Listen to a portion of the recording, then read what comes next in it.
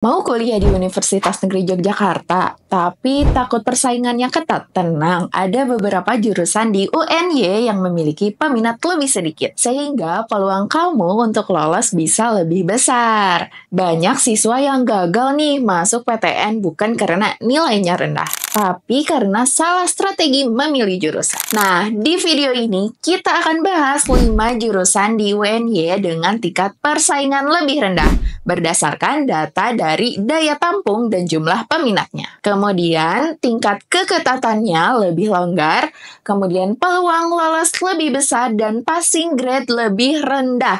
Makanya, tonton video ini sampai habis dan jangan sampai salah pilih jurusan.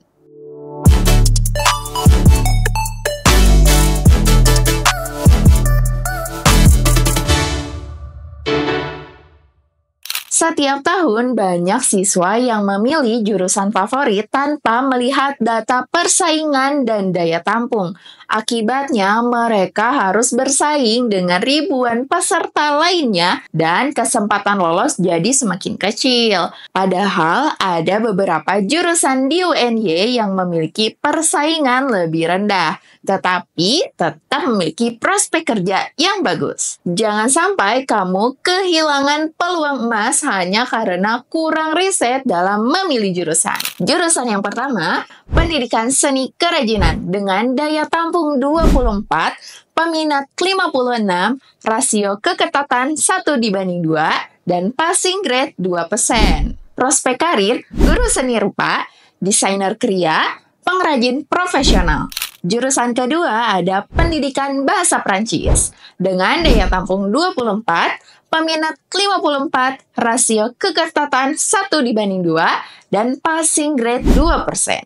Prospek karir, penerjemah, pengajar bahasa Prancis, tour guide internasional. Yang ketiga, Pendidikan Bahasa Jerman dengan daya tampung 24, peminat 91, rasio keketatan 1:4, dan passing grade 4%. Kemudian prospek karir sebagai guru bahasa Jerman, penerjemah spesialis komunikasi multibahasa. Yang keempat, Pendidikan Seni Musik dengan daya tampung 24, peminat 98, rasio keketatan 1:4, dan passing grade 4%.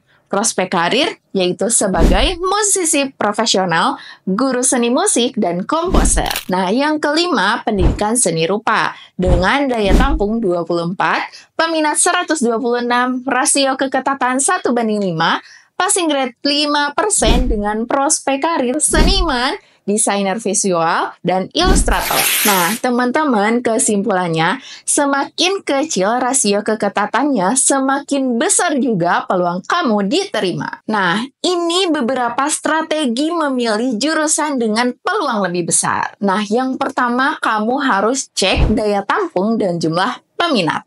Kamu harus pilih jurusan dengan jumlah pendaftar lebih sedikit dibandingkan daya tampungnya. Yang kedua, pertimbangkan minat dan bakat. Jangan hanya melihat peluang, tapi pastikan kamu memang tertarik dengan jurusan tersebut.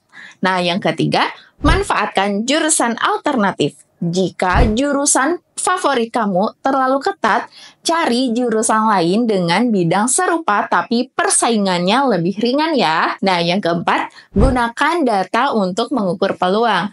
Nah, kamu harus cek passing grade, rasio keketatan, dan tren pendaftaran tahun sebelumnya untuk menyusun strategi. Nah, yang kelima, gunakan website cek daya tampung SNBP 2025. Mau tahu peluang masuk jurusan impian kamu? Cek daya tampung dan jumlah pendaftar SNBP 2025 di website Cerebrum. Sekarang pertanyaannya, apakah kamu sudah memilih jurusan dengan strategi yang tepat? Nah, jangan sampai ya hanya asal pilih tanpa melihat data persaingan dan peluang lolosnya.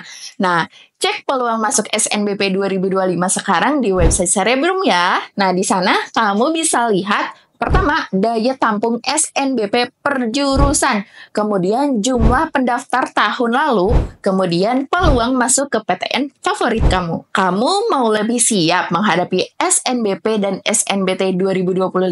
Download aplikasi Cerebrum untuk latihan soal dan strategi lolos PTN. Ikuti kelas online dan simulasi SNBP di Cerebrum sekarang juga ya. Terakhir, jangan lupa like, subscribe, dan aktifkan lonceng notifikasinya ya, biar kamu selalu update dengan informasi terbaru tentang SNBP, SNBT, dan strategi lolos PTN 2025.